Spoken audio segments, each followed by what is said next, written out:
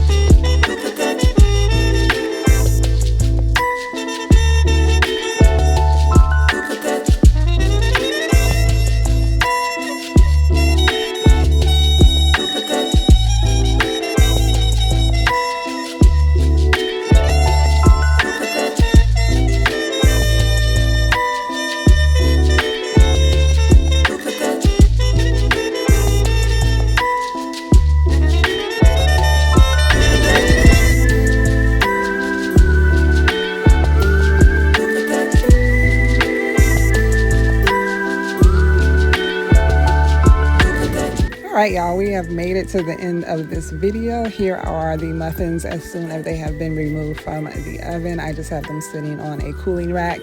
This recipe actually made a total of 10 jumbo muffins. I hope you guys have enjoyed this video. If you have any questions about anything I've done, feel free to leave them down below in the comment section and I will be sure to get back with you. While you're here, I ask that you please take a moment, look down below, press that red subscribe button, join the family, come back for some more recipes.